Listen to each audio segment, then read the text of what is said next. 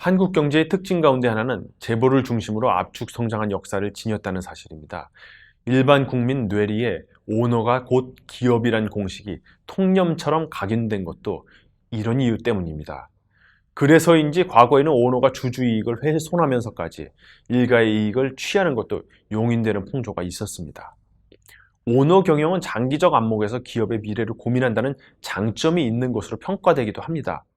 하지만 오너가 사익 편취로 주주에게 손해를 끼치게 된다면, 오너 경영 체제가 주주 가치를 훼손한다면 이런 불합리한 구조를 개선해 기업 가치를 높일 수 있다는 결론이 도출됩니다. 특히 경제 상황이 불투명해지고 있는 요즘 같은 때는 영업 외적 부문에서 기업 가치를 높여야 하는 유인도 커졌습니다.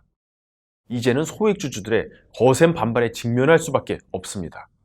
그리고 이는 장기적으로 오너의 경영 지배력에도 위협이 될 수 있습니다.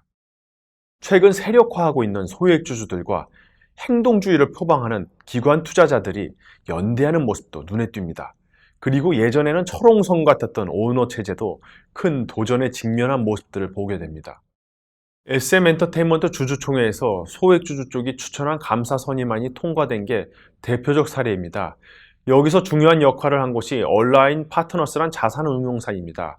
얼라인 파트너스는 SM엔터테인먼트가 최대 주주 이스만 총괄 프로듀서 개인회사 라이크 기획에 일감 몰아주기를 해 기업 가치를 훼손했다고 봤습니다. SM엔터테인먼트는 상장 후 무려 1,400억 원 넘는 인세를 라이크 기획에 지급한 것으로 파악됩니다. 지난해에만 프로듀싱 인세 명목으로 240억 원이 지급됐습니다. 인세가 영업이익의 35.6%에 이르는 것이죠. 이에 얼라인 파트너스는 주주 제안을 통해 자기 측 잠사 선임안을 냈습니다. 얼라인 파트너스가 애초 확보했던 SM엔터테인먼트 지분율은 1%에도 미치지 못했는데요. 그럼에도 소액주주들이 힘을 보태며 안건이 가결될 수 있었습니다. 주총 당일과 그 다음날 SM엔터테인먼트 주가가 큰 폭으로 올라 사상 최고치를 찍기도 했는데요. 이는 오너 경영 탓에 훼손됐던 주주이익이 주주 행동주의로 개선될 수 있다는 기대감이 반영된 결과로도 해석됩니다. SM엔터테인먼트처럼 잘 알려진 기업뿐 아니라 다소 생소한 것들도 주주 행동주의의 표적지가 되고 있습니다. 전통 산업군에 속하는 잘 알려지지 않는 기업 가운데 과점 시장에서 꽤 많은 수익을 거두는 알짜 기업들이 제법 있는데요. 아세아그룹도 그 가운데 한 곳입니다. 주주 행동주의를 표방하는 VIP 자산운용은 아세아그룹이 배당 등을 통한 주주 환원을 늘려야 한다고 목소리를 높이고 있습니다. 아세아시멘트나 아세아제지 등 주요 계열사들이 벌어들이는 이익에 비해 주주에게 돌려주는 게 적다는 얘기입니다. 실제로 지주사인 아세아, 자회사인 아세아시멘트, 아세아제지 소액주주들도 오너 일가에 대해 썩 좋은 감정은 아닌 것 같습니다. VIP 자산운용은 아세아그룹이 오너일가 개인회사로 일감 몰아주기를 한다는 점을 꼬집고 있습니다. 오너일가 지분이 100%인 삼봉개발이 아세아시멘트가 소유한 경주월드 등을 위탁 운영하며 오너일가의 돈줄 역할을 하고 있다는 거죠. 삼봉개발의 최근 3년 평균 배당 성향은 86%에 이르는데, 이에 반해 지주사 아세아의 배당 성향은 5.3%, 아세아제지는 8.9%, 아세아시멘트는 9.26%입니다. VIP 자산운용은 내년 정기주총에서 이 문제를 정식으로 제기하고 필요하면 주주 대표 소송까지 진행한다는 방침을 세웠습니다.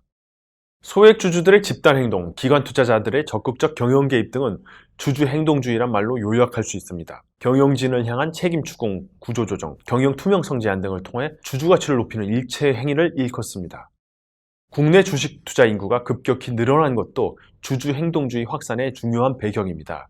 코로나19로 증시 폭락이 거듭되자 이른바 동학개미의 돈이 증시에 유입됐고, 그런 상황이 지금까지도 꾸준히 이어져 오고 있는데요. 소액주주가 늘어났기 때문에 이들의 목소리도 자연스레 커지게 되는 것이죠. 외국에서는 주주 행동주의가 보편적으로 이루어지고 있습니다.